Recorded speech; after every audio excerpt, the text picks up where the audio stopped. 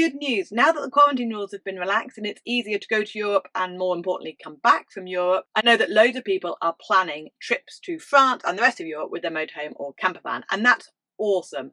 However, I also know that there are lots of people who haven't done it before, and I want to make sure that you don't just get in your van and go across the English Channel, because you're going to find out there are a few things you need to know first. So here are 3 essential things you need to know before you head off in your van. Watch this and you'll find that your trip will be much easier and smoother for you to both plan and enjoy.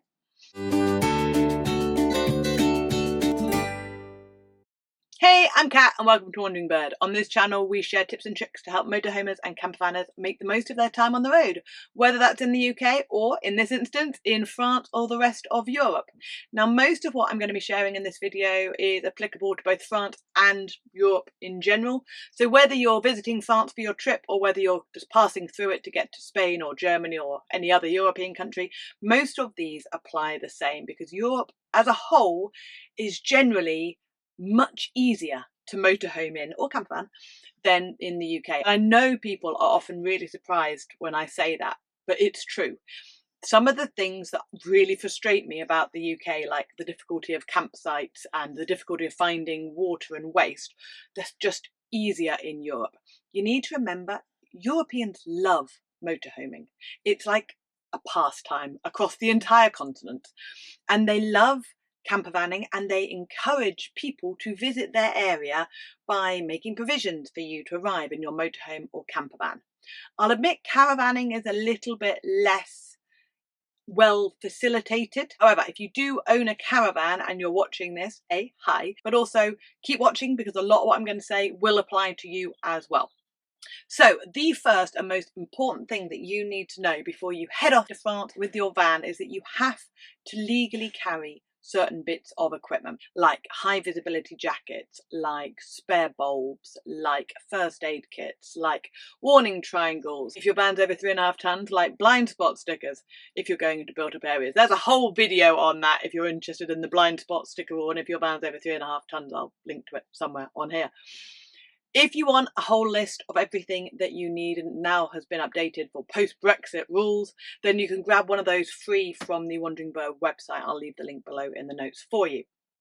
But don't just set off with exactly the same stuff that you've been using in the UK, because you will get yourself into trouble. And the French authorities in particular love to stop a UK van and make sure that they have got all the specific kit that they need. They're charming like that. And of course they can then hand out fines on the spot for you to pay over lots of money that can easily be avoided. So make sure that you've got your kit and make sure that you have all of that sorted, ideally before you get to the port or the border, because it costs a fortune to buy it there. So grab that list, make sure you work your way through it all, and then that's the first important thing to know. The second thing to know, and the reason that this video sort of came about, was a post was put into the Wandering Bird Facebook group, and somebody asked, do they need to book campsites in advance? What does everybody else do, or can they just wing it as they go along? And it was really fascinating to read the results. One of the things that's really quite alien to those of us who started motorhoming in the UK are the concept of airs and easy places for motorhomes to park up. We don't have anything quite like that, although there are a few that are beginning to come up in the UK. But airs are, and again, I've done a whole video on this. If you want to see one, again, I'll link to it somewhere around here. There's a whole video if you can see round an air and how it works and what they are. But they're basically approved places for motorhomes and campervans to stay overnight. Some of them are free. Some of them you pay for as you go, and there'll be a little machine and you can pay for it for one night. Sometimes they can even let you stay for 2 or 3 nights. And they're basically just like big car parks, but they're car parks specifically for motorhomes and campervans. And unlike in the UK, you're not stuck 17 miles away from everywhere. You're quite close to places that you want to be in, places that you want to visit. So they are one of the best ways to travel around France and the rest of Europe. Now, they're not always called airs.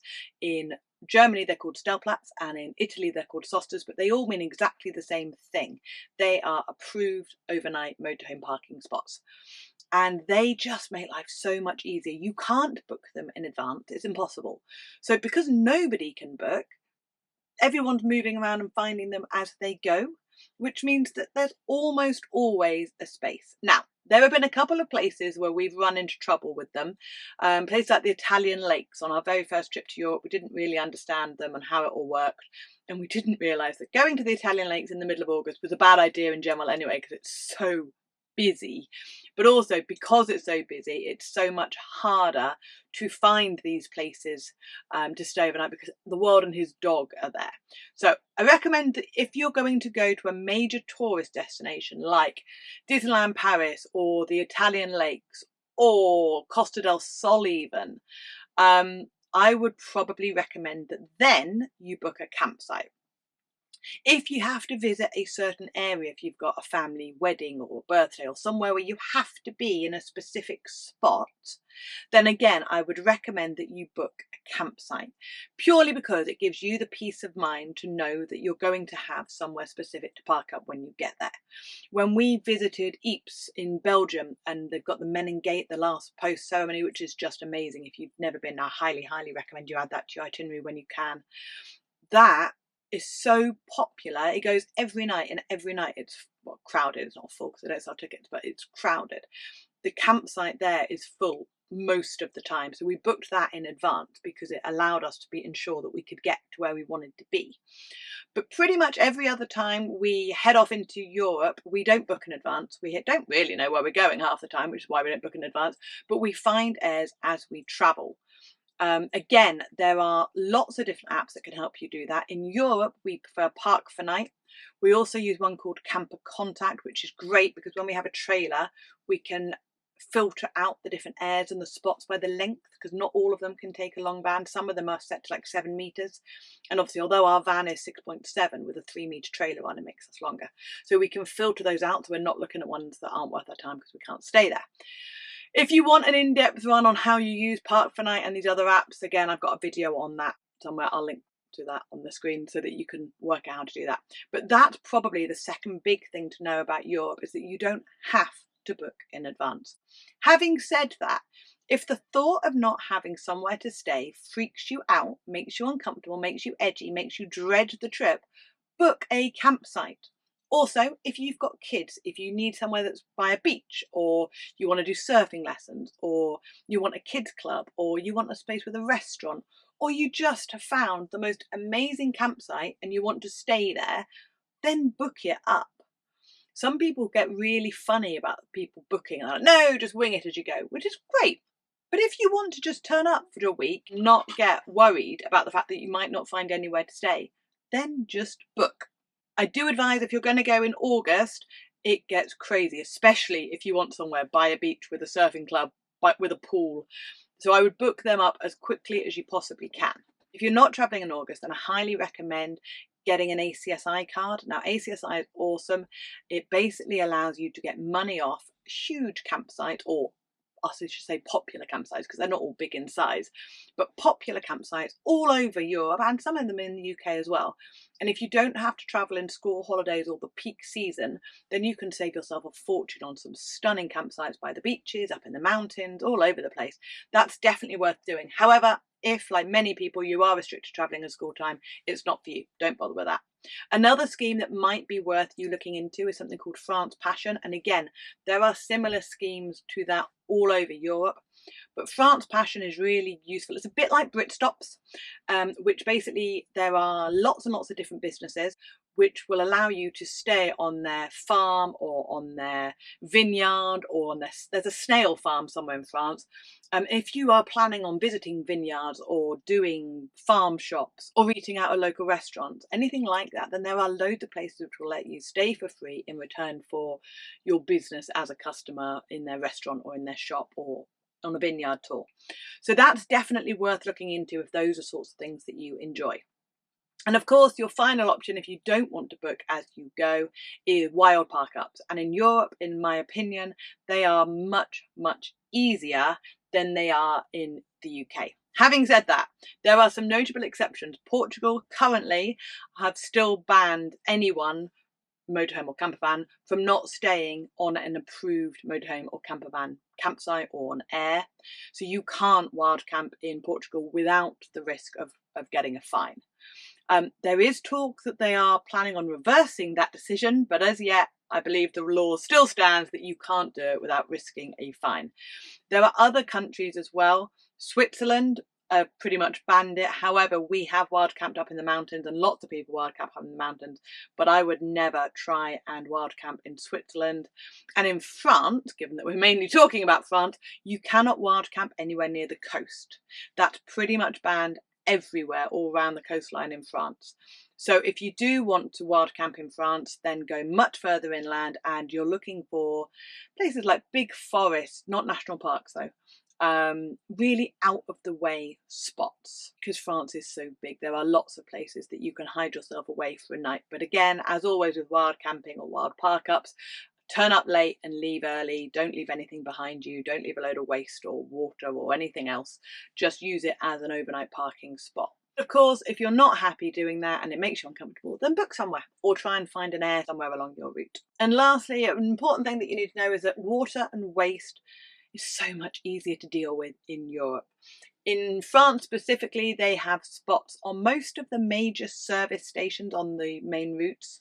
You'll find somewhere where you can get water, you can dispose of your waste, you can empty your toilet. There is a fee for this. It's normally a couple of euros, and I highly recommend that as soon as you can, you get some euro coins, especially the 1 and 2 euro coins, because you'll use these all over the place for the waste disposal points and to get fresh water. But they're literally just machines where you can, well, they've got a drain for your grey waste, they've got a machine for your toilet waste, and then got a standpipe for water. Make sure that it says drinking water, potable, because otherwise it might not be drinking water, it might just be general manky water. So you probably don't want to put that into your tank, but if it's drinking water, you can be fairly safe that it's okay. I would always put some Aquasol or some tablets in there just to help make sure it's definitely clean before you drink it. And those are really easy to find. We use them again using the Park for Night app. There you can see the little image of the motorhome with the waste disposal point underneath. And they are all over France and all over much of Europe as well. And I highly recommend that as soon as you reckon your grey waste is about half full, or your toilet is around half full, that you pop into one and you use them, because every now and then you get to one that's broken, or you get to one that's no longer there, or it's out for servicing or whatever. They are frequent enough to be able to use them as you pass them. Just don't wait until the last possible moment in case you come a cropper. But it does make life so much easier. One thing I've just thought of, which a lot of people ask us, so okay, let's call this a bonus tip, is taking food across to Europe with you. Now, obviously, after Brexit, all the rules have changed.